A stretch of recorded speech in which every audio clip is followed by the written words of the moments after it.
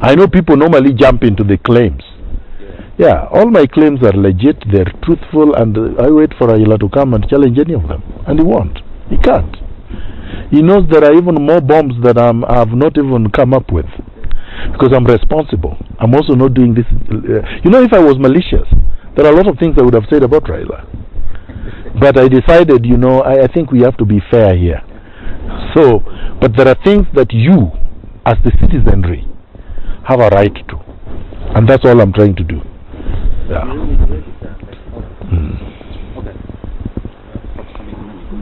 I am not a professor. I know a lot of people call me professor. It's okay.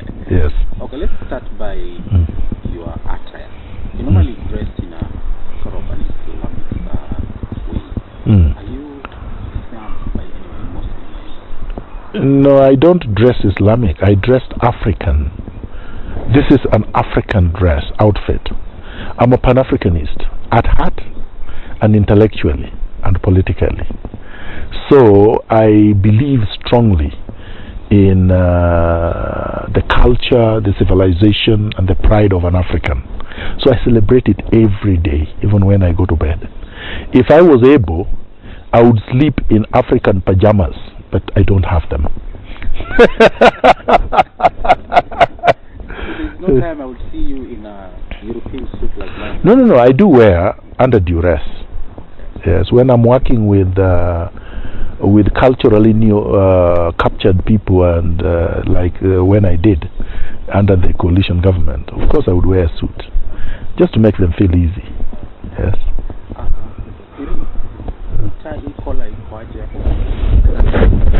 Religion and I've answered. Yeah. So let's go straight to your book. I hope you like it. Yeah. From the next episode I've read. Yes. It's a book that I'll be going for tomorrow. Right. Now let's because it's not in the bookshelf yet. It will be tomorrow. It will be tomorrow. Could you just give us like a synopsis of what you've written in that book? Yeah, gladly. You see, it is a memoir or memoirs, and it is a political memoir in the sense that it's about my life. But you choose what you write about your life. Somebody can write a social memoir. Somebody can write an anthropological memoir, like Kenyatta wrote Facing Mount Kenya. That was an anthropological memoir. When Condoleezza wrote her No Higher Honor, she wrote a political memoir, service within the government. Some people can write a family memoir. So mine is a political memoir in the sense that there are political, ideological, philosophical themes that run through it from the beginning to the end. But it is about my life. It is about who I am, how I came to be who I am, and that starts from when I was born, the kind of family I was born in, the kind of values that were inculcated in me, where I went to school and what I imbibed when I went through school, and how the life experiences formed my being, my belief systems, my political beliefs, my ideological beliefs, my intellectual inclinations, and the ability and the commitments I have in society. So it traces my life from where I was born in Kanu all the way to now, essentially, through political prism. So that if, say for example, today I want to describe what happened today, I would pick only those incidents that are significant politically to me. I would not pick those that are exclusively socially significant. So if somebody called me today to tell me, oh, I love you, that may not necessarily be in the book. But if somebody called me today to abuse me in a political way, to say, oh, you're a traitor, then I would have to examine what a traitor means and interrogate it and analyze it and come up with a resolution. So at the end of the day, what I have done is to focus on justice. As a child, justice as a child. Justice for the underprivileged, justice for the poor, the real filthy poor, which is how I was born. Real filthy poor. Going to school without school fees. Going to school sometimes without breakfast. Sometimes going to school without uniform. Being chased away from school because you cannot pay your school fees. Struggling along life. Eventually, when I ran into exile, but actually before I go into exile, the kind of struggles that led to me falling out with the Moi regime, finding myself detained without trial for close to a month, being tortured, being expelled from the University of Nairobi, where I was a student leader, running away from Kenya, literally walking across the border for 12 hours, finding myself in Tanzania, seeking asylum, getting 2 months asylum in Tanzania, going to Swaziland, getting 6 months asylum in Swaziland, getting sponsored by the Canadian government as a government-sponsored refugee to go to Canada, finding myself as a refugee, as a black man, discriminated against on the basis of my race, struggling and joining university there, working 24 hours, sometimes 18 hours,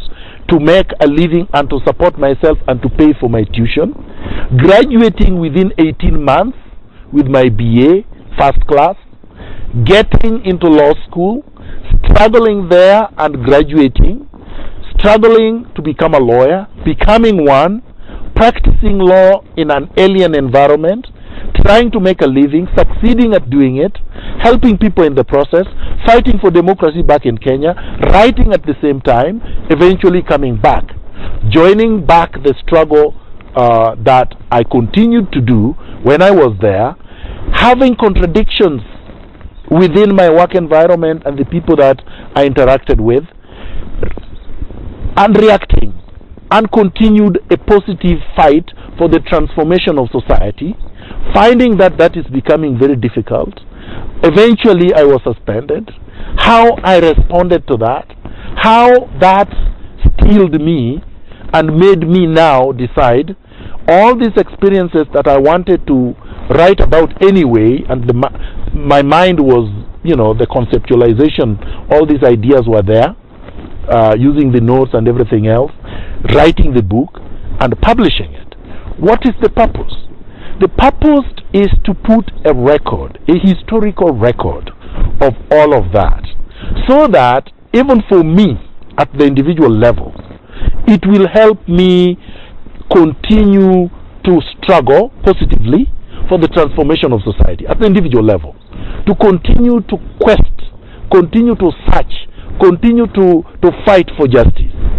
At the other level, the societal level, working, linking with others to continue the struggle that we've been doing against the culture of impunity, against corruption, against extrajudicial killings, against misgovernance, against the hypocrisy, the contradictions and deceptions in politics, exposing that, making Kenyans aware of all that, allowing them to audit their leaders and make them accountable, so that ultimately when elections are done, and even after that, at least that record will be used to judge, to weigh, to balance these leaders. Because what has been happening over and over again, not just in Kenya, but in Africa and the world generally, is that we get complacent.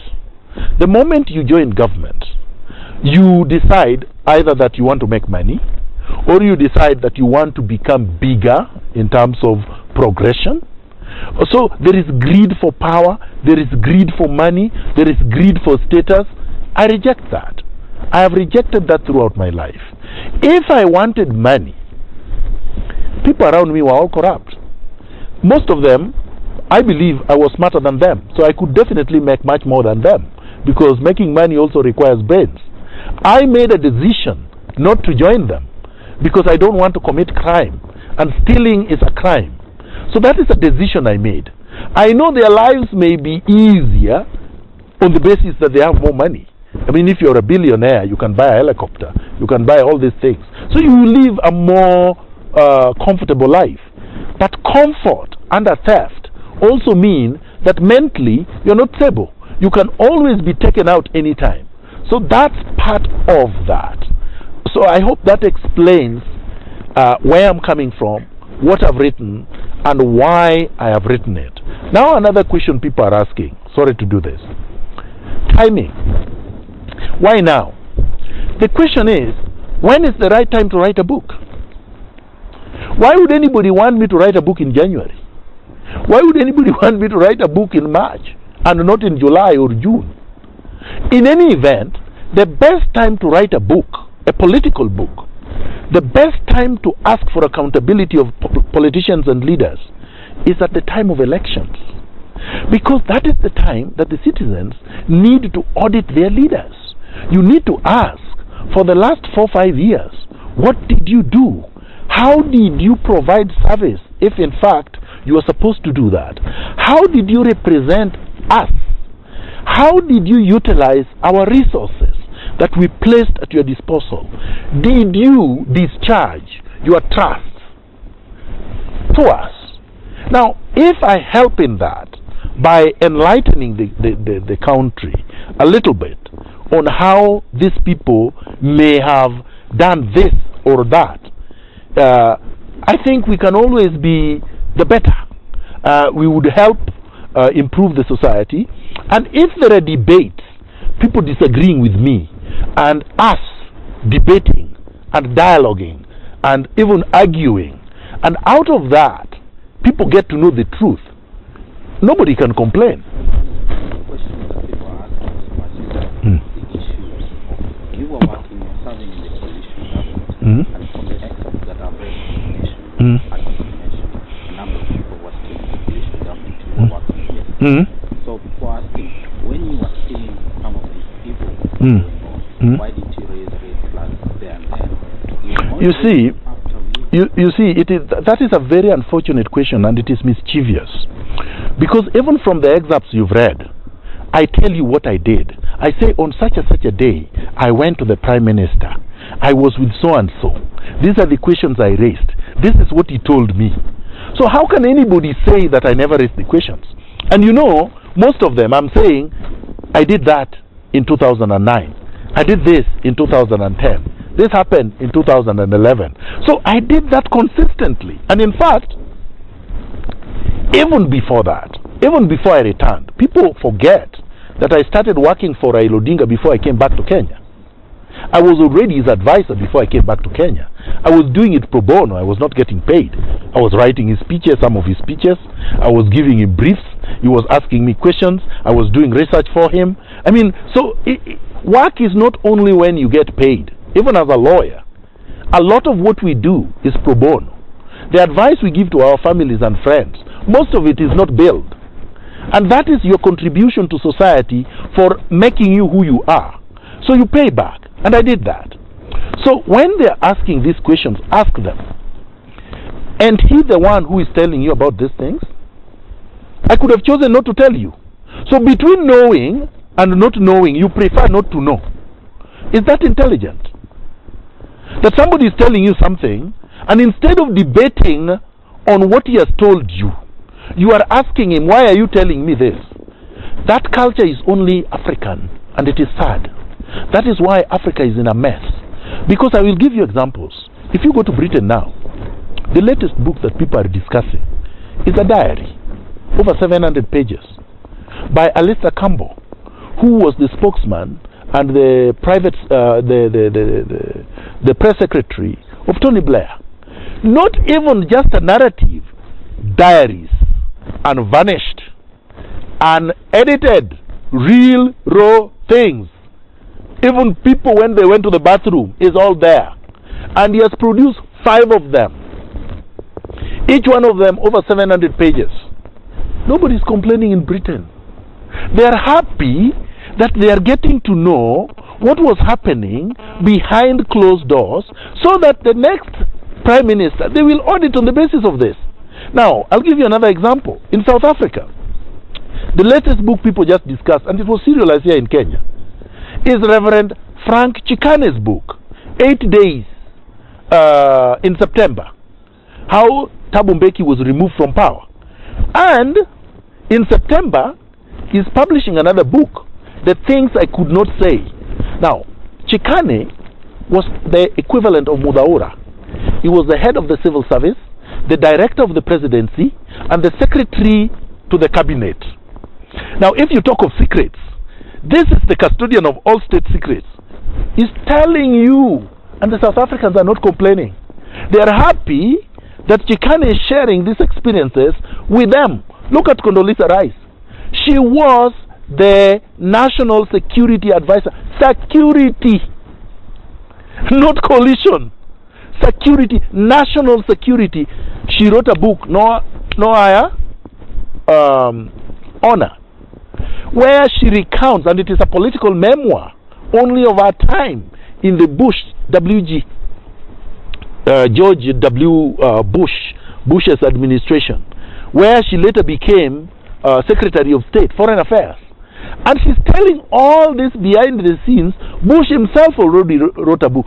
So the culture of amnesia, the lazy culture of not talking, not writing, not interrogating, not questioning, not being critical, is only here in Africa. And Kenya is a very bad example. So if you go around the world, it is the standard procedure. If you go to Canada, this is what is expected of a public officer after their term ends. If you go to Obama's administration, at the end of the campaign, Plouffe, who was the director of his communications, took time off, did not even join Obama in the White House. Why? 2 years to go write a book about the campaign. Now ask me, why are Kenyans complaining? Miguna is raising the bar. Miguna is telling you, go to the global first world standards. Live there. Don't get comfortable in the third world standards, which is where you want me to be. Well, I'm first world. No, but when I say you, I mean generic you. Yeah. Yes. Now, a lot of credibility about Raila. That's your opinion, not mine, isn't it? Me, I'm just telling a story. Of course, it has. Yes. And we're going to election, and the Prime Minister is a front runner to the election. I don't know if he's a front runner. That's also your opinion. So, what perhaps perception of many your book could be a campaign against Raila Odinga? You know, you go back to what I tried to explain to you. You should not go back to. My friend, I presume that you went to university. You have a master's degree. At every stage of your education, you read books people have written. And you are tested on books people have written. And on the basis of that, you are given a certificate. And when you finish your university, particularly the master's, you actually wrote something called a dissertation. No matter the length, it is a book. You understand? And the book was based on ideas and your reflections, and the more critical, the more creative, the more objective, the more original you are, the higher mark you get, isn't it? So I've done exactly that. So why did you go to school if you cannot write a book? Now, and when you write a book, you don't write a book because this is going to have this effect or that. When Ngugi was writing Petals of Blood, he wrote his book. Now, if you want to interpret it that this is Moi and this is whatever, it's up to you, the reader. Me, I've done my service. I've written a book. You took time, taxpayers, built schools, built universities, provided us with books, gave us teachers, imparted ideas, made us try to train us on how to think. Now that I am able to think for myself, I've decided, let me do the same. Let me impart some knowledge on the people. And somebody asks me, oh, so now that you've written the book, this book could affect Raila. So what? So what? The book is not just about Raila, as you can see from the serialization. Where they stole elections, I discussed it and said it as it is. When we went to Kilaguni and Kibaki behaved the way he did, I said it as it is. When Raila does something, I say, so I don't really care how you want to interpret it. What I have done is write a book. I've written the truth. Somebody who believes I've not written the truth either writes a review, okay, writes his own book, or writes an article. But you cannot sit there writing nothing and then you say, oh, you've written a book, I shouldn't write a book. People produce music. If you don't like somebody's music, you can produce yours. But don't tell him don't produce music, he's a musician. a thinker, an intellectual, a writer, writes books or articles. I've done the articles you've been reading in the Star. Now I decided that I've done the bit of the columns, I've informed you enough. Now I want something comprehensive, because the newspapers you use for cooking, you know, for starting fire. Some of you go with it to the toilet. I decided you can't do that with a book, right? It's more permanent. I have done that. Somebody wants to write something else? Sorry. Let them write their own books. Now, is there anything else that the information that Oh, a lot, my friend. You know, I don't know why people assume that this man who has written 614 pages, and I've written other books before, 4 others. I've written 4 others before. By the way, this is not the first book I've written. Nobody complained about those ones. Somehow, is stupid, is naive, doesn't know what he's doing. Well, look, the book does not tell you how I talked with my wife and she agreed to be my wife. So I knew that that is not the place for that book. The book does not tell you, for example, what I have witnessed in Raila's social milieu, and I've witnessed a lot. The book does not tell you ODM's strategy for 2012-2013, which I drafted, which I have custody of. I have not told you that, but I could tell you that if I wanted to, and nobody can blame me, because I have the information and I can share it with others. I didn't use it, I have not sold it, I have kept it, because I have common sense, I have discretion, and I am a reasonable, fair man. I also know that during the post-election violence, ODM did things as much as PNU. I know who committed which crimes, some of them. Do you understand? Have I told you that? I mean, if I wanted, I could take Raila to The Hague. So, tremble. My friend, I was the point man in the PM's office on the ICC. I'm the one who handled everything. If I told you that, if I told you the ICC investigators I met and what we discussed, let them not complain. I've been very fair and even-handed.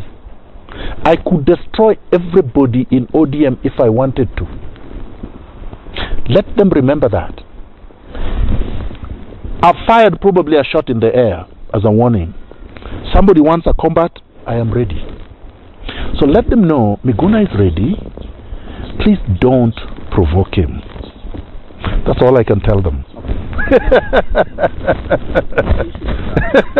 Probably put you on the line when you rejected after your suspension as Prime Minister, and then he gave you back the job. He didn't give me back the job.